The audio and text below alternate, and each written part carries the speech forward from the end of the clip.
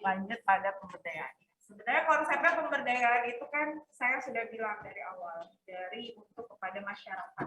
Sehingga memang di dalam pemberdayaan itu dipastikan, saya pastikan harus ada partisipasi masyarakat. Ya, konsep pemberdayaan ini memang yang paling tingkatan kalau misalkan kita ngomongin strategi, emang paling dekat dengan masyarakat ya di pemberdayaan ini. Ya, kalau yang lain advokasi, bina suasana, mungkin kita masih hanya sebatas orang-orang yang punya kepentingan, ya, punya power dan lain sebagainya. Tapi kalau sudah ngomongin dengan pemberdayaan masyarakat, sasaran utamanya memang adalah masyarakat itu sendiri. Ya, terkait nanti ada OPD, ada kerjasama lintas sektor, ya kaitannya dengan kemitraan, ya itu bisa seiring berjalannya pemberdayaannya. Tapi yang harus dipastikan adalah adanya partisipasi aktif dari warganya itu sendiri. Nah, oke, kita akan bahas satu persatu. Ya, ini pengertiannya, ya, suatu menumbuhkan kesadaran, kemauan dan kemampuan. Jadi nggak hanya sampai pada mau ya, kalau misalnya kaderisasi itu hanya sampai oke, saya tahu, saya sadar, oh ya ini penting gitu kan. Kaderisasi kan sebatas sosialisasi dulu ya. Nah, kemudian tapi dari situ kita follow up lagi. Dari mereka tahu, otomatis kita harus harus benar-benar punya kemauan dan juga sampai kemampuan. Jadi berlanjut terus, tidak hanya sebatas diberitahu, tapi diberi something yang meningkatkan soft skill mereka sehingga mereka mampu. Nah, itu ya. Oke. Jadi di sini ada unsur mengerti, memelihara, mengenali, mau tahu. Sebatas mau tahu itu bisa nggak sih, Bu? Sampai pemberdayaan. Silakan kalau memang tujuannya adalah meningkatkan kemauan. Tapi ingat sekali lagi, pemberdayaan masyarakat ini kan untuk mereka sendiri, bukan untuk kalian yang memberitahu. Kan gitu. Ya, artinya ya selain dia mau, seharusnya dia bisa. Untuk apa? Ya kesejahteraannya dia, mengatasi permasalahan yang ada, dan lain sebagainya. Jadi pemberdayaan ini kompleks ya teman-teman. Dan dimulai dari unit terkecil di dalam sebuah keluarga, sampai pada OPD ataupun lintas sektor lainnya. Benar-benar dari unit organisasi masyarakat yang paling kecil, yakni keluarga. Nah, keluarga kalian mau dulu, misalnya mau dulu menggunakan masker, cuci tangan dengan benar. Dari situ sudah mulai muncul ada pemberdayaan, walaupun dalam lingkup yang paling sederhana di keluarga. Karena kan di dalam pemberdayaan itu biasanya punya yang namanya agent of change. Apa itu? Agent of change? Oke. Artinya kita menjadi role model untuk masyarakat lain. Sehingga mereka juga mau dan mampu. Nah, kita jadi contoh. Oke, batasan dari pemberdayaan ada 3, menumbuhkan kesadaran. Jadi kesadaran itu misalnya, Bu, saya mau memberikan edukasi terkait cuci tangan pakai sabun yang benar. 6 langkah cuci tangan dan lain sebagainya. Oke, apa yang dilakukan? Berarti kita sosialisasi dulu. Nah, itu sampai menumbuhkan kesadaran bahwa cuci tangan itu penting loh. Bisa untuk ini dan itu dan sebagainya. Kemudian, bagaimana cara menumbuhkan kemauan? Kalau sudah tahu dan tahu manfaatnya, bagaimana jika kita tidak melakukan, ya, artinya orang itu bisa menilai. Ya, dari pengetahuan muncul sikap. Sikap itu kan masih terpendam ya. perilaku tertutup itu sikap. Dia menerima atau tidak, sikapnya positif atau negatif. Andainya kalian memberitahukan meningkatkan kesadarannya itu baik, biasanya sikap yang mereka ambil juga cukup positif sehingga mereka mau untuk melakukan. Menumbuhkan kemampuan, bisa nggak sih Bu dengan sosialisasi cuci tangan itu saja? Maka yang saya bilang, ada kan praktik. Nah, tadi 6 langkah cuci tangan yang benar. Nah, di situ kan ada praktiknya. Dilibatkan orangnya, dilatih bagaimana sih apa saja yang harus digosok ketika cuci tangan misalkan. Kan biasanya kalau orang cuci tangan tuh ya udahlah ngambil gitu udah selesai gitu ya. Tanpa mengeringkan atau mengeringkannya dengan handuk bersama ya. Biasanya kalau di wastafel umum tuh disediakan handuk gitu ya, yang mungkin saya pikir itu sangat tidak efektif. Kayak percuma ya kalian cuci tangan mau pakai sabun yang paling mahal sekalipun ya, kalau menggunakan media yang sama dengan orang lain, saya pikir itu tidak ada gunanya. Nah, makanya sekarang sudah tidak ada lagi, mungkin kalau kalian lihat di restoran dan lain sebagainya, itu tidak menggunakan lagi lap yang untuk semua gitu ya, menggunakan tisu atau pengering yang itu ya, yang otomatis itu. Nah, seperti itu ya. Jadi memang terkadang kita itu mau aja Bu cuci tangan, tapi balik lagi kami nggak punya fasilitasnya. Kadang kalau kita masuk ke mall-mall di Samarinda ya tentunya ya, karena kita tinggal di Samarinda.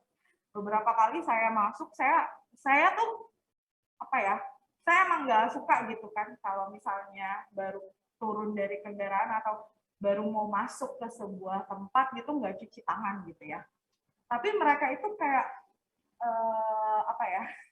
yang menyediakannya tuh kayak sekadarnya gitu. Jadi kadang kesel juga gitu, cuci tangan tapi nggak ada misalnya kayak tisunya atau apa ya gitu. Jadi kayak padahal kan 6 langkah cuci tangan salah satunya adalah mengeringkan tangan gitu ya dengan menggunakan handuk bukan handuk lagi, tisu. Pokoknya dikeringkan lah intinya habis. Nah, jadi kayak ya gimana ya mau mengikuti 6 langkah tadi tetapi ya tidak bisa sesempurna itu. Tapi at least masih punya kesadaran untuk tetap cuci tangan sebelum melakukan ini dan itu. Ya, begitu. Oke, tujuan pemberdayaan masyarakat lambat ya.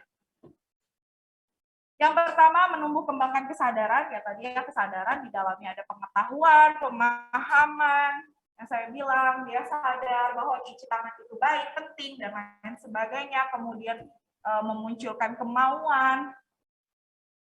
kemauan dan kehendak ini, ya kalau misalnya kalian kemarin sudah belajar sosiologi, antropologi, segala sesuatu yang tidak menentang budaya biasanya akan lebih mudah diterima.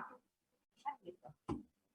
Nah, jadi sebenarnya hal-hal positif itu bisa saja ya, ditolak, bisa saja tidak diterima kalau memang biasanya menentang dari adat istiadat. Jangan kalian paksakan.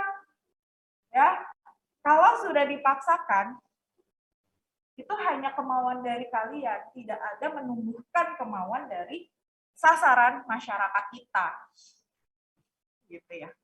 Kita memaksakan mereka, kemauan itu tidak ada, ya akhirnya jadi terpaksa. Sehingga kalau saya menilai setiap proses yang ada, ya kalian pemberdayaannya sudah tidak berhasil. Walaupun tetap dikerjakan sampai hasil akhir, sampai evaluasi dan lain sebagainya ada.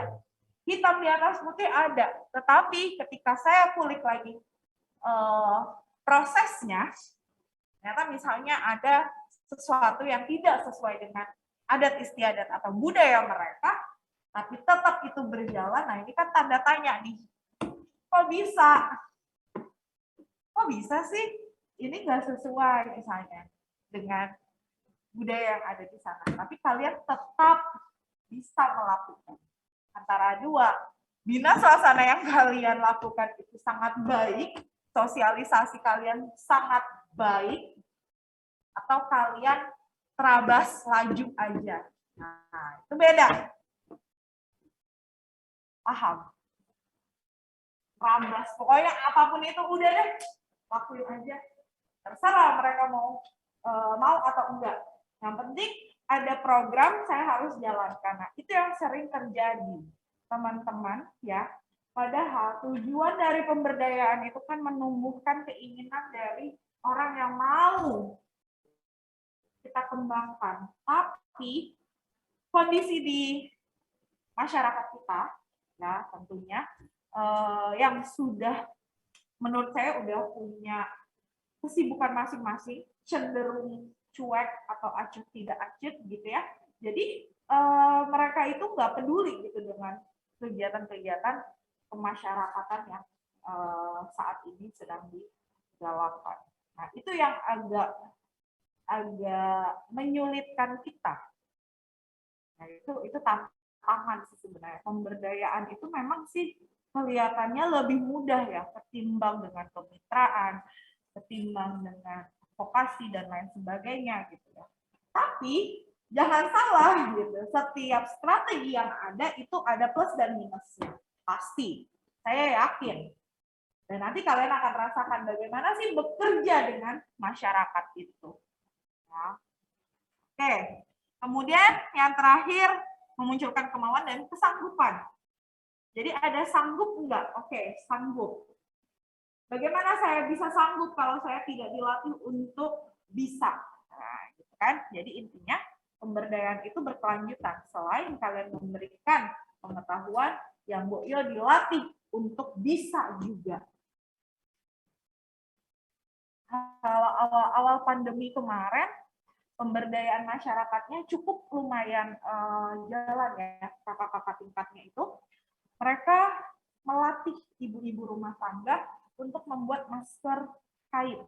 Karena saat itu masker medis masih sangat langka, ya, sehingga pemerintah menyarankan untuk menggunakan masker kain yang berlapis-lapis gitu ya. Jadi mereka dilatih untuk membuat masker kain ya, yang terbuat dari kain dengan bahan-bahan yang ada, misalnya kain perca dan lain sebagainya. Jadi jalan ke mereka. Ya. Dengan jahit sederhana, bukan jahit dengan mesin ya. Kalau jahit dengan mesin ya kalau misalnya ibu-ibunya punya ya nggak apa-apa. Tapi kalau diada-adakan saya rasa itu tidak keluar dari konsep pemberdayaan gitu. Karena kan sumber dayanya harus yang ada di sana juga. Jangan memaksakan untuk mengadakan. Tapi kalau kalian mampu dapat sponsor ya, it's okay gitu ya. Diadakan. Kan pemberdayaan itu tidak hanya skill, tapi mungkin saja diberikan sokongan tools ya. Jadi ya monggo saja kalau itu memungkinkan. Atau misalnya kalau dari sudah kesadaran masyarakat yang tinggi, mereka sendiri yang menyediakan misalnya mesin cuci, mesin jahitnya dan lain sebagainya. Ya, seperti itu. Tergantunglah masyarakat yang kalian temui itu yang seperti apa. Prinsipnya di dalam pemberdayaan itu yang pertama ada menumbuh kembangkan potensi masyarakat. Jadi potensi mereka ya tadi yang saya bilang daripada ibu rumah tangga itu cuman kongko-kongko. Tapi ya kan? Daripada mereka ngerupi ya mending kita latih. Ya, salah satunya itu. Tapi kalau sekarang sudah tidak bisa lagi ya dilakukan ya karena memang masker medis cukup terjangkau, sangat terjangkau kalau saya bilang ya dan sudah banyak juga yang menjual kan gitu. Aman. Kemudian mengembangkan gotong royong.